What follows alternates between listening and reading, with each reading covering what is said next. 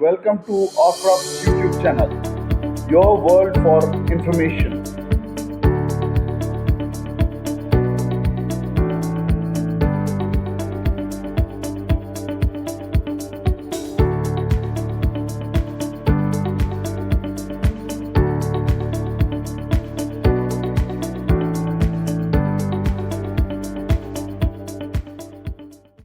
Good morning to one and all.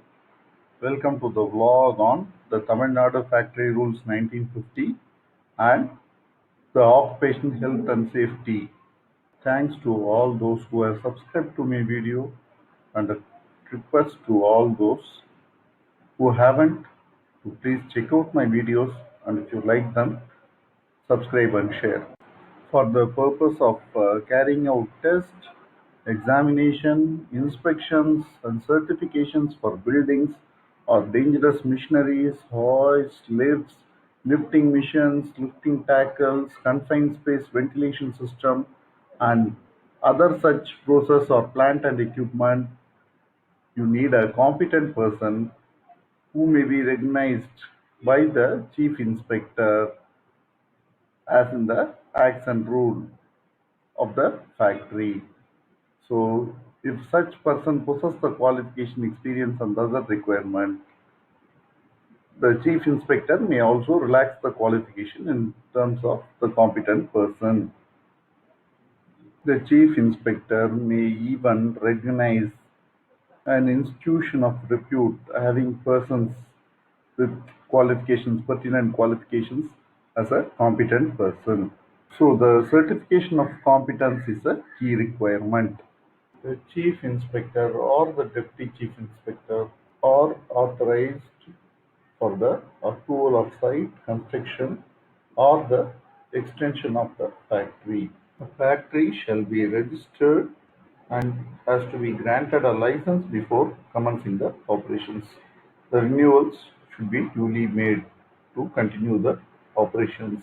Amendments are to be made to the license when the limits of the number of employees of the factory exceed the permissible limit, or there is a change in the name of the factory or the institution. The chief inspector is entitled to refuse to register, grant a license, or renew the license in case he deems that there is imminent danger to human life in the factory due to explosive or inflammable dust, gas, or fumes, and effective measures have not been taken to remove such dangerous conditions. In the case of discrepancies, the chief inspector of factories or the joint chief inspector of factories may give the occupier an opportunity to make his or her representation, and if it is not satisfactory, then they can even revoke or suspend the license in certain cases. The certificate of stability should be sent to by the occupier to the management of the factory as required by the rule for every period of 3 years from the date of issue, and again they'll have to submit it within 30 days of expiry of the said period. The form of stability certificate should have the name of the factory, village, town, and district in which the factory is situated, full postal address of the factory, name of the occupier of the factory, nature of the manufacturing process to be carried out in the factory, number of floors on which the workers will be employed. Competent factory inspectors and medical inspectors shall scrutinize the factory on a regular basis, periodical basis.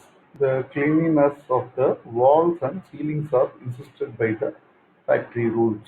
If it is not clean, then the occupier may be insisted to do so with a written notice within 2 months. The disposal of trade waste and effluents shall be as prescribed by the regulations of the Tamil Nadu Pollution Control Board under the Water Prevention and Control of Pollution Act 1974 and the Air Prevention and Control of Pollution Act 1981 and the authorities of the Department of Environment. The limits of temperature, ventilation and the air movements are to be as per the prescribed schedule. The provisions for introducing steam for humidification is available in the factory rules. The illumination, lighting, lux levels should be ensured as per the prescribed limits. Exposure to glare should be prevented. The quantity of drinking water to be provided for the workers in factory should be at least 4.5 liters per day per worker, and the drinking water should be available during the working hours. The source of the drinking water shall be from a public water supply system or any other source which is approved by the health officer in writing. Cleanliness of well and reservoirs are also insisted. The fitness for consumption, human consumption of the water supply to the workers shall be sought a report from the health officer and it may be submitted. The factory employs more than 250 ordinary workers. The provisions for supplying cool drinking water during the hot weather may be implemented. Lettering provision shall be 1:20 ratio. For every 20 people employed, there shall be one seat accommodated and separate for men as well as women. Trains have to conform to the public health requirements. They need to ensure privacy with proper signboards. Signals have to conform to the public health requirements and have to be connected with the sewage system. Construction and maintenance of the drainage line and the water taps are also regulated. Tunes have to be provided in appropriate regulations and they'll have to be clean. The factory employing more than 100 persons shall plant trees, maintain them within the premises of the factory as approved by the district agricultural officer. Safety schedules are prescribed for different industries and there are some common prescriptions as well. Provision of service forms and gangways with proper guarding and fencing are required. Access provisions to machineries is another indication. Use of anti-skid ladders in maintenance of overhead machinery. Such belts are to be periodically examined and ensured that they are fit for use. Each water gauge glass of a boiler shall be fitted with an efficient guard. All condenser pipes of steam engines and the exhaust pipe of oil engine shall be adequately guarded. The safety devices should be inspected and tested for the purpose of fitness. The operators need to be trained, instructed in the safe methodology of work before commencement of any work. Any opening leading to walkable passage into through a machine must be blocked. The passage must be accessible for operational or maintenance purpose. It should ensure that it does not involve any kind of risk. Emergency stop for the energy supplies are insisted. Employment of young persons on dangerous missions are regulated. Safety of the pressure vessels are also regulated. Pressure vessel has to be inspected and tested by a competent person on a periodic basis and the reports shall be available.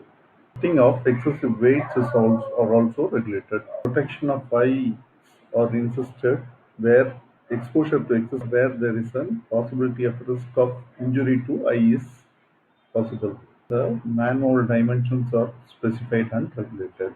Fire protection is ensured through identification of proper location, ventilation, ducts, providing access for the firefighting, protection against lighting, precautions against ignition, storage of compressed gas cylinders and flammable liquids. Stipulations for the fire exits and the firefighting equipments are also available in the rules. I hope you had a good time listening to some of the occupational health and safety precautions as postulated by the Tamil Nadu Factory Rules 1950.